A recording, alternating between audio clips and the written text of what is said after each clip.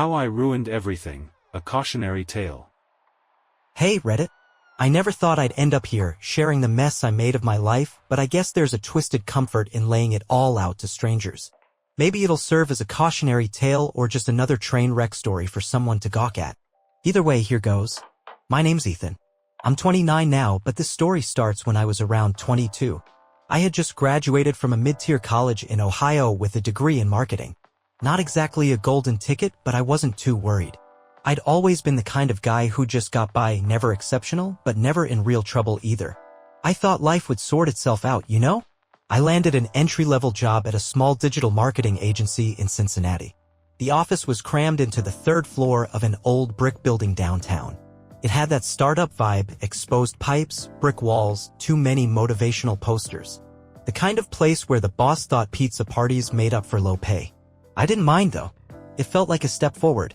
My boss, Doug, was this balding guy in his early 40s who wore dad jeans and New Balances like it was still 2005. He was friendly enough, but he'd shift from cool boss to corporate tyrant with no warning. My coworkers were mostly recent grads like me, all of us pretending to love the hustle while secretly dreading every Monday. At first, I kept my head down, did my work, and tried to blend in.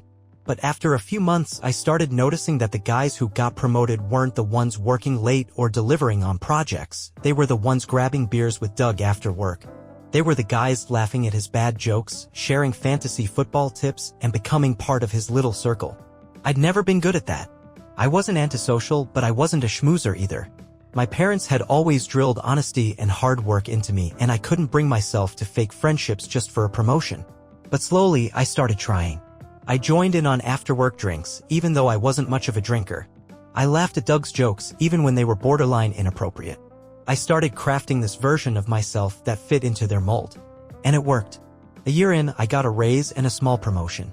Nothing huge, but it felt like progress. I moved out of my crappy shared apartment and into a small one-bedroom in the Clifton neighborhood. It was nothing special, peeling wallpaper, a drafty window that rattled when the wind picked up, but it was mine. I thought I was on the right track. I thought things were finally falling into place. Then came Haley. Haley was a new hire, fresh out of college with a bubbly personality and a smile that made the whole office a little brighter. She had this effortless way of making people feel seen. I'd catch her talking to the janitor with the same genuine interest as when she talked to Doug.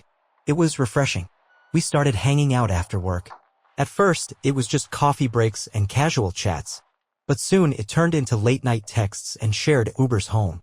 I wasn't sure if it was a friendship or something more, but I didn't care. I hadn't felt that close to anyone in a long time. Looking back, maybe that's where I started to lose myself. You see, Haley was ambitious. She had big dreams and she wasn't shy about sharing them. She wanted to make VP by 30, start her own consulting firm, travel the world. And I just wanted to get by. Her energy was intoxicating, but it also made me feel small. Like I wasn't enough. So I started pretending again. I talked big about my own plans, borrowed ambition that wasn't mine. I said I wanted to climb the corporate ladder even though I hated office politics. I started working late, not because I wanted to, but because I wanted to keep up with her. I went to networking events, swallowed my discomfort, and pushed this version of myself that I thought she wanted to see. The more I pretended, the more I lost track of who I really was. My work started to suffer. I'd sit at my desk, staring at spreadsheets, my mind somewhere else entirely. I missed deadlines, botched presentations, and started getting side eyes from Doug. But I couldn't stop. I was in too deep, trying to keep up at work, trying to impress Haley, trying to be someone I wasn't. It was like being on a treadmill set too fast, and I was stumbling, desperate not to fall. Then, one Friday night, everything came crashing down. We were at this after-work happy hour. The bar was a dimly lit dive with sticky floors and cheap beer, our go-to spot. Doug was there, already a few drinks in, and the whole team was crammed into a booth, laughing too loudly. Haley sat next to me, her arm brushing against mine, and I felt like I was floating. But then Doug started talking shop. He brought up a project I was supposed to have finished, a campaign for a mid-sized client that had been slipping through the cracks. I'd missed deadlines, and the client was pissed. Doug's tone was sharp, his words cutting through the booze-fueled haze. I tried to play it off, made a joke that didn't land. The table fell quiet. Haley's smile faded, and I felt this crushing weight of embarrassment. Doug didn't let up. He started listing my mistakes, each one a blow. My coworkers stared at their drinks, the silence stretching, suffocating. I wanted to disappear. When Doug finally stopped, I mumbled an apology and stumbled out of the bar. I don't even remember getting home. Just the cold night air, the taste of cheap beer and regret in my mouth. I knew then that I had crossed a line, that everything I'd been building or pretending to build was crumbling around me, and that was just the beginning.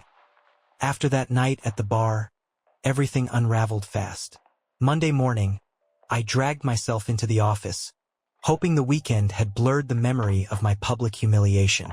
But the atmosphere was different. Conversations died when I walked past. My inbox was a graveyard of passive-aggressive emails and overdue tasks. Doug didn't even look at me during the morning meeting. He just skimmed over my projects, delegating my responsibilities to other team members without a word. I sat at my desk, my fingers frozen over the keyboard. My mind buzzed with everything I should do to fix this. Apologize to Doug, pull an all-nighter, salvage my projects. But every thought was tangled in shame and fear, and I ended up staring at a blank screen until lunch. I tried to talk to Haley. I caught her by the coffee machine, my voice a hoarse whisper as I asked if she wanted to grab lunch. She hesitated, her expression hard to read. Finally, she said, "I'm swamped today, maybe another time." I knew what that meant. I withdrew into myself. I stopped going to after-work drinks, stopped trying to fit in. I'd show up late, take long breaks, leave early. My work slipped further, and soon even the interns were picking up my slack. My small office became a prison, the hum of fluorescent lights a constant reminder of my failures. Doug called me into his office a few weeks later. The blinds were half closed, slats of light cutting across the messy stacks of papers on his desk. He leaned back in his chair, fingers steepled, his face a mask of forced neutrality. "Ethan," he began, "we need to talk about your performance." He listed my shortcomings, the missed deadlines, the complaints from clients. I sat there, nodding, my mouth dry. There was no fight left in me. When he finally said, "We're letting you go," I just stood up, muttered a hollow, "I understand," and left. Packing up my desk was surreal. It didn't take long. Just a few personal items, a framed photo of my parents, a coffee mug with a chipped handle, a half-dead succulent Haley had given me months ago. I tossed it all into a cardboard box and slipped out of the office without saying goodbye. My apartment felt foreign when I got home. I dropped the box on the floor, kicked off my shoes, and collapsed on the couch. The silence pressed in, thick and smothering. I reached for my phone out of habit, scrolled through my contacts, and realized I had no one to call. My parents were halfway across the country, and we weren't exactly close. I had no real friends left, just coworkers who had already moved on. And Haley, well, she didn't even answer my last text. The days blurred together. I applied to jobs half-heartedly, sent out resumes that felt more like a formality than a real attempt. Bills piled up on the kitchen counter, their red-stamped warnings glaring at me. I started selling off what little I had. My TV, my gaming console, even the coffee table I'd found at a yard sale when I first moved in. When the eviction notice came, I wasn't surprised. I packed my clothes into a duffel bag, left the key on the countertop, and walked out without looking back. I crashed on a friend's couch for a while. Well, more like an old college acquaintance who felt too awkward to say no. His apartment was a disaster. Pizza boxes stacked in the corner, a perpetual smell of old socks and burnt toast. I spent my days wandering the city, applying to any job that didn't ask too many questions. I ended up getting a gig at a gas station working the graveyard shift. It was bleak. The store was always cold, the hum of refrigerators a constant reminder of where I'd ended up. I'd sit behind the counter, flipping through crumpled magazines, watching shadows shift in the parking lot. Sometimes drunk college kids would come in, laughing and stumbling, a bitter reminder of how far I'd fallen. One night, Haley walked in. It was around 2 a.m.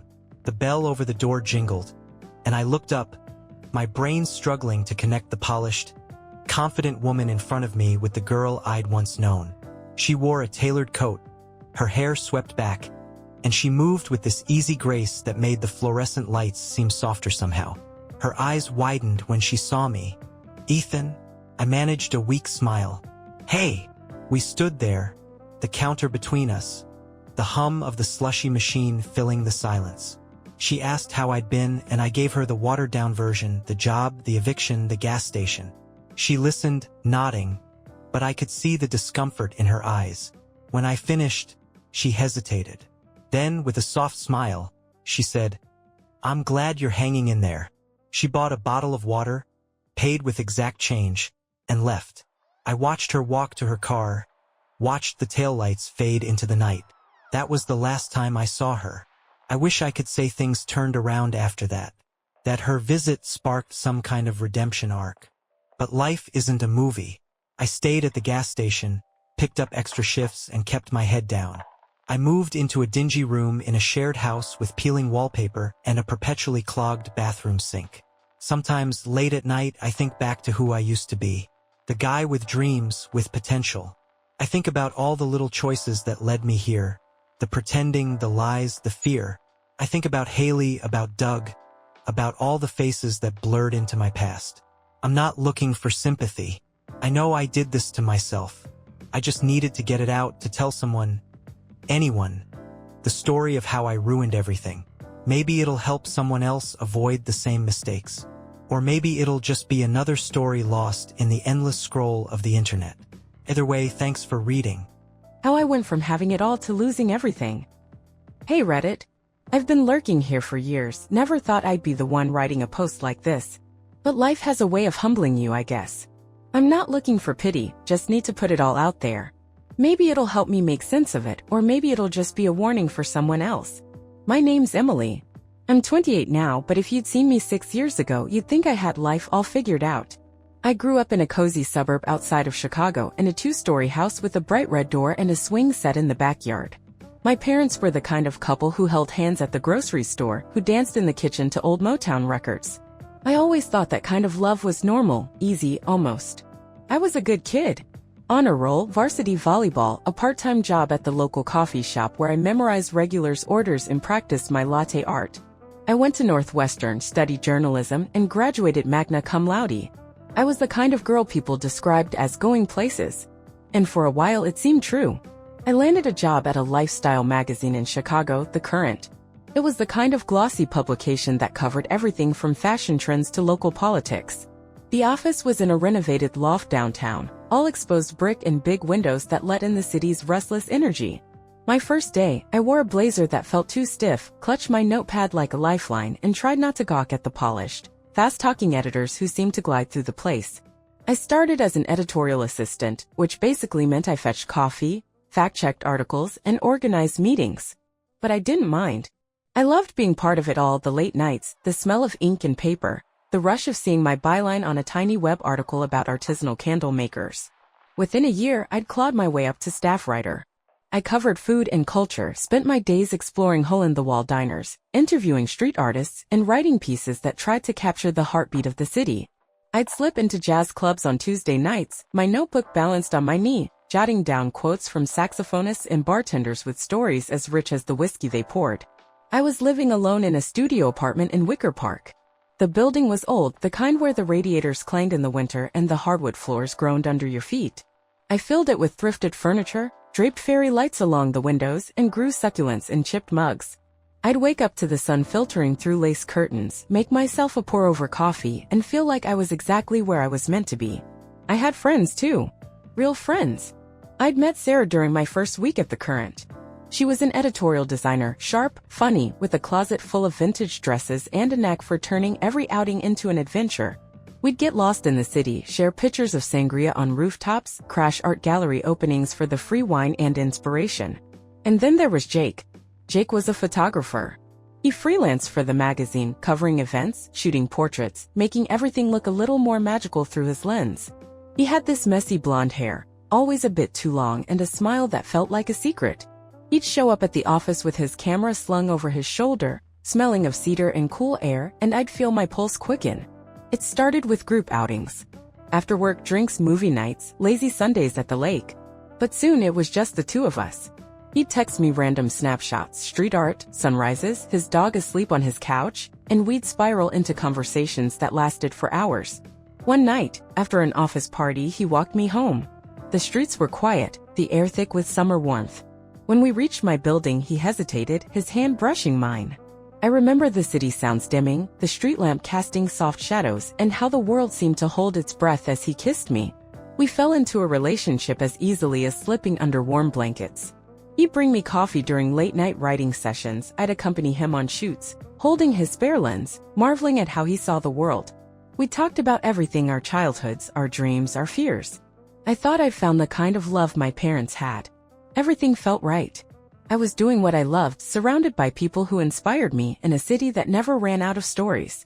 I felt untouchable, like life was on a perfect, steady track. But life, as I would learn, doesn't care much for perfect. Looking back, there were signs. Tiny red flags I was too blind or too naive to see. Little lies, soft at first, like the gentle hum of a machine before it starts to rattle. Missed calls, unexplained absences, a shadow behind Jake's smile that I couldn't quite name. I told myself it was nothing. I told myself I was overthinking, that I was just tired, that nothing could break the life I'd built. But I was wrong. And soon, everything would change. It started small. I'd wake up to Jake's side of the bed cold, the sheets tangled and empty. I'd hear the click of the front door, and he'd walk in, a fresh coffee in hand, mumbling about an early shoot or needing fresh air to clear his head. He'd slide back under the covers, his lips brushing my forehead, his skin cool with the morning chill. I wanted to believe him. God, I wanted to.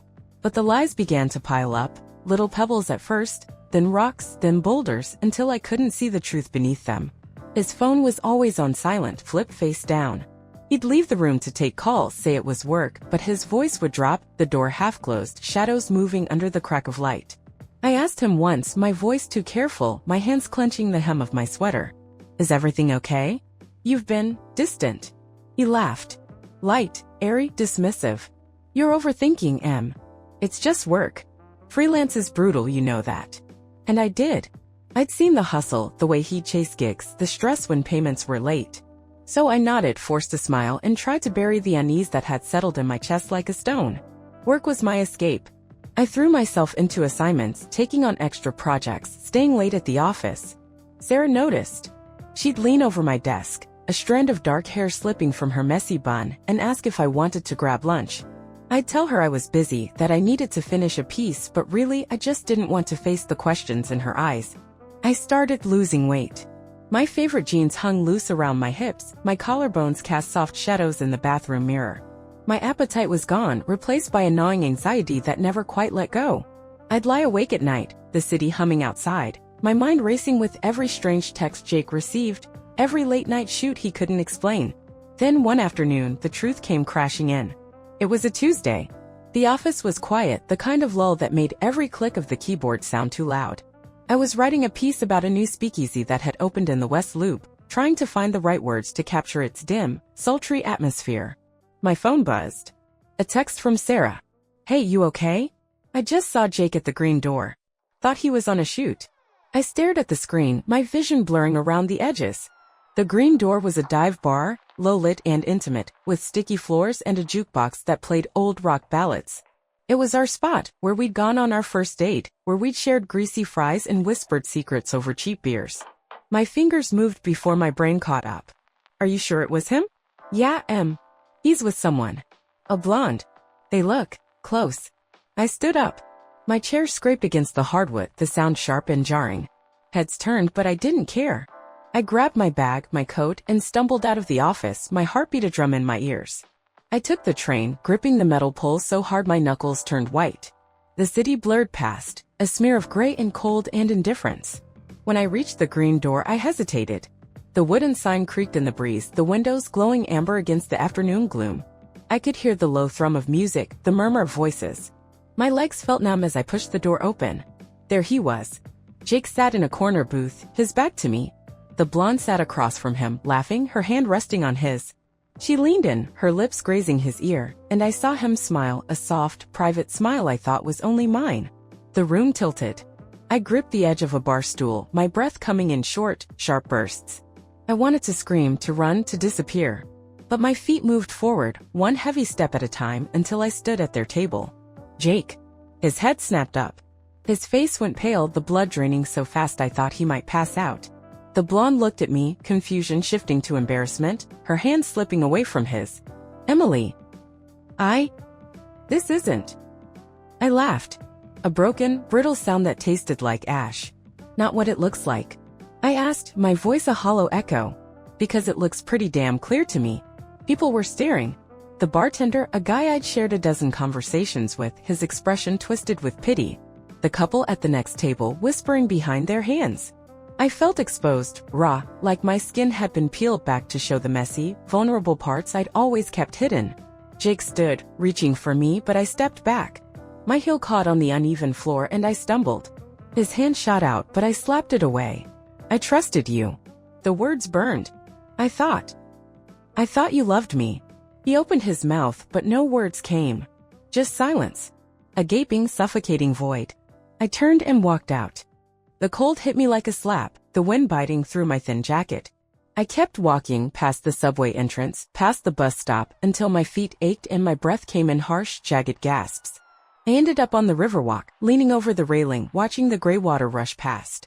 My phone buzzed with messages, Jake, Sarah, even my boss, but I let it fall into my bag, ignored. I stood there until the sky darkened, until the city lights flickered on, until the ache in my chest dulled to a quiet, empty throb. When I finally made it home, the apartment felt different. Smaller, colder. I sat on the edge of my bed, stared at the photos on my wall, snapshots of happier times, of smiling faces in stolen moments, and felt nothing. Not anger. Not sadness. Just a hollow, aching numbness. And that was the moment I realized I wasn't just heartbroken. I was lost. And I had no idea how to find my way back. I wish I could say that moment at the Riverwalk was rock bottom. That I went home, cried it out, and began putting the pieces of my life back together. But life isn't that neat. Healing isn't a straight line, it's a tangled mess of bad decisions and fleeting highs and the kind of loneliness that feels like a heavy coat you can't take off. The days blurred together. I called in sick to work once, then twice, and then I just stopped calling. Sarah came by, knocking softly on my door, leaving bags of soup and sticky notes with hearts drawn on them. I'd watch her shadow shift under the door, hear her sigh, and then listen as her footsteps faded down the hallway. I couldn't face her. Couldn't face anyone. I didn't quit my job officially. I just faded out. Stopped answering emails, missed deadlines, let my inbox fill up with gentle nudges that turned into sharp ultimatums.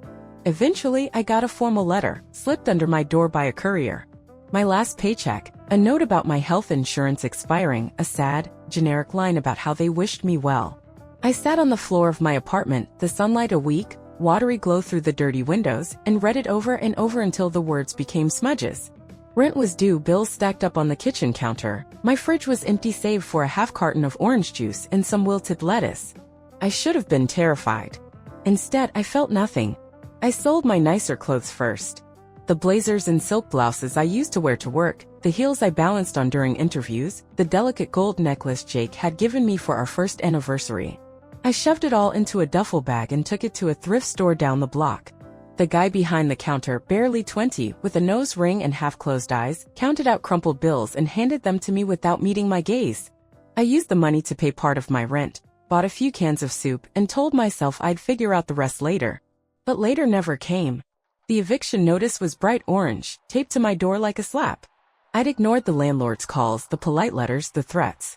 When he showed up in person, a short, balding man with a tired expression, I just nodded. He gave me a week to clear out. I packed what little I had left into 2 suitcases. Clothes, a few framed photos, my laptop, my notebooks. I left behind the furniture, the chipped mugs, the curtains I'd hung with so much care. The room looked hollow and unfamiliar. I called my parents. For the first time in months, I called them. My mom picked up on the second ring, her voice bright, surprised. Emily? Honey, is that you? I couldn't speak. I stood in the stairwell of my building, the concrete cold under my feet, and sobbed. Ugly, gut-wrenching sobs that echoed off the walls. She stayed on the line, whispering my name, until I finally choked out what I'd done. How I'd lost my job, my apartment, how I hadn't eaten a proper meal in days. They wired me money. Told me to come home. I bought a train ticket, clutching my suitcases, avoiding the stares of commuters who saw nothing but a girl with bloodshot eyes and tangled hair. The train ride was a blur. Fields and towns and stations passing by, the gentle sway of the carriage lulling me into a fitful sleep. When I arrived, my parents were waiting on the platform. My dad pulled me into a hug, his flannel shirt soft against my cheek, his hands rough and warm. My mom hovered, her eyes rimmed red, her arms tight around herself. They took me home. Back to the red door, the swing set, the kitchen that still smelled like coffee and cinnamon. My childhood room was the same, the lavender walls, the string lights, the posters of indie bands I used to love. I sat on the edge of my old bed, the quilt scratchy and familiar, and felt like a ghost. For a while I tried to pretend. I helped around the house, cooked dinners, mowed the lawn. My mom would catch me staring out the window, my hand still on the dish towel, and I'd force a smile. My dad told jokes, bad ones, the kind that used to make me roll my eyes. Now they just made my throat tighten. I thought I could hide it, but the cracks showed. I'd stay up late, scrolling through old photos, staring at Jake's social media. He'd moved on, there were pictures of him and the blonde, their lives glossy and perfect, his smiles real and easy. It felt like a knife twisting slowly, cutting deeper each time. I stopped eating. My mom would push plates of food toward me, her lips pressed thin, and I'd pick at it until she left the room. My clothes hung loose, my skin turned pale, and my hair started falling out in thin, brittle strands. One morning I couldn't get out of bed. My body felt heavy, my chest tight. I stared at the ceiling, the speckled plaster patterns twisting into shapes I couldn't name. My mom found me there, her hands trembling as she called for my dad, as they lifted me up, as if I were a child again. They took me to a doctor. I sat in the cold, sterile room, the fluorescent lights too bright, and answered questions in a flat, monotone voice. They gave me a prescription, set me up with a therapist, told me it was going to get better. But I didn't believe them. I felt hollow. Like I was watching my life from behind glass, unable to reach out, unable to feel. My days were a series of muted scenes: wake up, sit by the window, pretend to eat, pretend to smile, sleep. I didn't know who I was anymore. And I didn't know if I wanted to find out. I don't know what finally made the fog lift. Maybe it was the way my mom's voice wavered when she thought I was asleep, the way my dad's hands gripped his coffee mug so tight his knuckles turned white. Maybe it was the way my reflection in the bathroom mirror had become a stranger, sunken cheeks, dull eyes, skin stretched tight over bone. One cold morning, as frost crawled over the window glass, I sat on the edge of my bed, my hands knotted in the blanket, and whispered, "I need help." The words felt fragile, like spun glass, but they didn't break. My parents moved with quiet relief. My mom helped me make calls, her fingers sure and steady on the keypad. My dad drove me to appointments, his old truck rattling down back roads, the radio playing soft, crackling tunes. I started seeing a therapist, Dr. Louise, a woman with kind eyes and a cluttered office that smelled like lavender. At first, I didn't know what to say. I sat in the big armchair, my hands twisted in my lap, staring at the watercolor paintings on the wall.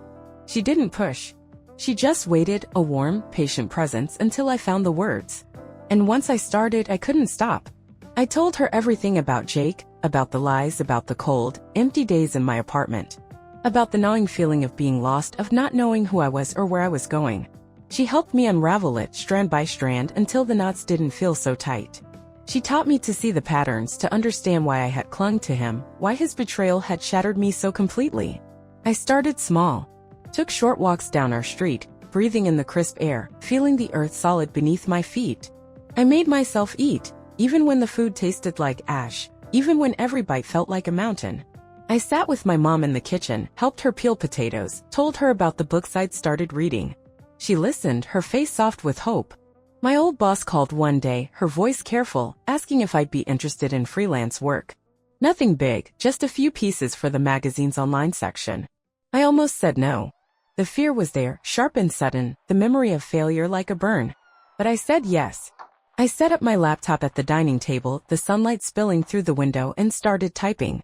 The words came slowly, stuttering at first, but then, like a stream breaking through ice, they flowed.